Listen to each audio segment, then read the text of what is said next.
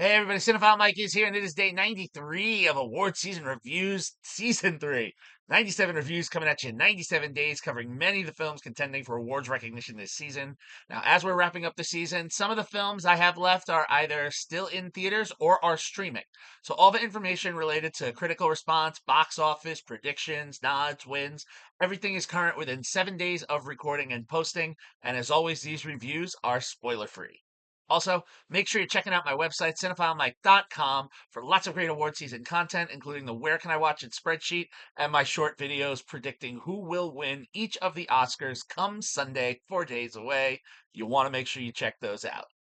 All right, so it is our last theme week, our 14th, and it is the rest of the best. As I plan this season, I always love to end with 7 films that are Oscar nominated, so I always save a few. If you were wondering where that last film was, well, it's popping up somewhere this week. We're going to move right along, and today I am looking at Netflix and Tyler Perry Studios' The 688. Written and directed by Tyler Perry, based on the nonfiction book Fighting a Two-Front War by Kevin M. Heimel, the film was released in very limited theatrical release and then onto the streamer, both of these happening in December. Limited theatrical release early, streaming late. So, because the release was so limited, they did not post any box office information for the film, but I do have some critical response information from Rotten Tomatoes. So the 6888 is rotten on the critical side with 72 reviews, leading it to a 54% critical rating, but fresh with a 72% popcorn meter coming from over 1,000 audience reviews. Now, award season wise, the film is nominated for 1 Oscar, Best Music Original Song. The end title track, performed by her, brings Diane Warren her 16th Oscar nomination for the music and lyrics to the song The Journey. The film received several nominations or wins within the festivals and different guilds, but most notably, the song won Best Original Song and was also nominated for Best Score by the Hollywood Music in Media Awards. Warren won the Outstanding Original Song for a Dramatic or Documentary Visual Media Production, and writer-director Perry was presented with the Icon Award for Black Cinema and Television at the Critics' Choice Awards Celebration of Cinema and Television. So what's this about? Well, at the start, we are in the 1940s. We're in Philadelphia, and we meet Lena, a black Christian woman played by Ebony Obsidian, and Abram, a white Jewish man played by Greg Sulkin. They are a young couple with some challenges, which is, well, based on the time frame, we can see why. But the relationship is short-lived as Abram leaves to serve and is, we believe, killed in action. As they're waiting for word or confirmation, which eventually comes, Lena, heartbroken, decides that she is going to enlist when she graduates to do her part. Now, as she heads off to basic training, she meets several other black women who have their own reasons for enlisting, and these will become some of her peers and challengers. When they all arrive and are placed under the leadership of Captain Charity Abrams, played by Kerry Washington, and Captain Noel Campbell, played by Milona Jackson. Now, Adams and Campbell, not ones to be walked over, train the woman and put them through the ringer, through the paces, and really get them trained very, very well. However, being black and being women, they are never shipped out to Europe nor given any orders. Meanwhile, while this is happening, we jump to Washington, D.C., where we see a mother of a soldier who has been waiting for word, wanting some kind of notice from her child, but she hasn't received anything in a while. And she appeals to First Lady Eleanor Roosevelt, played by a criminally underused Susan Sarandon. We learn that delivery of supplies has taken over priority of the mail delivery. So as a result, there are warehouses upon warehouses of mail, both from soldiers to their families and vice versa in Europe, that have been building up for about 2 years. So, finally getting orders, Adam and Jackson's battalion is given orders and they are sent over to Europe to aid in the mail delivery and sorting. Now, upon arrival, they are placed in dirty, unheated boarding school for their base and have to deal with a very racist commanding officer played by Dean Norris. Now, they have 6 months to get their quarters up to snuff and organize all of this mail, or the mission will be closed down. And again, let me remind you, 6 months to sort through 2 years of letters, packages, and some of those have food or other perishable items that have just been sitting. The battalion, they deal with the envelopes that can't be read, packages infested with mice and other vermin, spoiled food, incomplete information, and all of this with very little support from the various racist and sexist supervisors and other soldiers that these women all need to deal with. Now, on top of this, Lena has had trouble adjusting to the military and is still haunted by the death of Abram, on top of another test she's trying to accomplish, which I will leave out of this.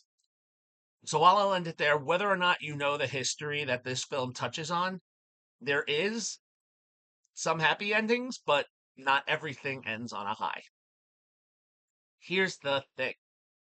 I really, really I was excited for this film. I really, really wanted to love it. I mean, look, this is a story about an unfamiliar time in World War II history, and it tells us the story of the unsung heroes. And given that, and for what it does and what it's attempting to do, it's really hard for me to be harsh, but I have to. This film, it tries to accomplish too much. And as a result, it writes way too many checks that they can't cash. And we get what could have been a really solid, focused historical film or biographical film. And instead, we get a boilerplate, almost made for TV movie with highlights about the events that went on in all of these lives. So, I mean, there's almost two and a half movies here, right? And either of them, the two main plots, if they had been developed into their own stories, would have been much more engaging. So on the one film, like one could have been the story of Lena Darricotte Bell King herself. The relationship she had with Abram, joining the military, going through the training, going through the paces, being a part of this battalion, what they accomplished. Like a biopic just for her would have been sufficient. Or do we focus with a closer look at Kerry Washington's character, Major Charity Adams? Washington is a force, as she always is, and the career that her character had dealing with the racism and the sexism and the doubt and what she goes through to accomplish what she did with the troops, that could have been a very engaging film. But Perry tries to cram all of this into roughly a just over 2 hour movie. And what's a shame is he has such wonderful talent in this film. Washington and Obsidian give great performances with the material that they have. And the supporting players, they have some moments, but it's wasted. I really don't get to know any of these women. I get a little brief glimpse of why they're in the military, but I feel like there could have been so much more of their untold story that I want. I almost feel like this needed to be developed into a limited series or miniseries, something to really dig into all these characters and really feed this history. That being said, hats off to Perry going for something with a little more substance, a little more depth, and more weight. It's not in his normal comedy realm, although maybe this proves that if he's going to dip his toe into like this historical realm again, and I believe he should, he wants to cook that script a little bit more. This one needed a little bit more time in the oven. It's a little undercooked. So, will it win the Oscar for the song? Well, if you saw the video I posted a couple days ago about who I think will win and who I think should win Best Original Song, this would be my pick. I truly believe this song, I mean, her voice is beautiful on this track. And Diane Warren, look, not just saying it because we want to end her Susan Lucci like run at the Oscars. I mean, three more and she's there. This is her 16th nomination with no wins. The song is the strongest of the five by far. The message of empowerment. That's the one I want to see win. However, it has been very difficult for any of the other songs to really top El Mal from Amelia Perez. And this is despite the controversy. I'm not even going to get into that. But I'm happy to see Warren getting recognized with this nod. I just wish that it would be her win. For me, the 6888 is just a base level 3-star film. It's not bad, it's not awful, but it's not great. It's just okay. It wastes a lot of good premise, but if you are a fan of Kerry Washington or if you are interested in World War II history, it is, worth a watch. If you would like to see the 6888, as I previously said, it is streaming on Netflix. All right, so there we have it. 93 reviews down and only 4 to go. We are moving through the rest of the best. As always, if you like what you heard here, please click that subscribe button right now. It takes split second. Click, like the video, share the video, send it to someone, get people involved in the conversation, drop a comment. We only have a few days left to really talk about these Oscar films. You can follow me, Cinephile Mike, on all social media platforms and on Letterboxd. And again, find lots of great award season content on my website.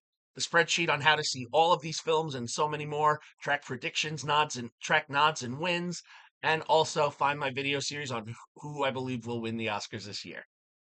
All right, we're starting to wrap it up. But until next time, everyone, this is Cinephile Mike saying take a break and watch something new.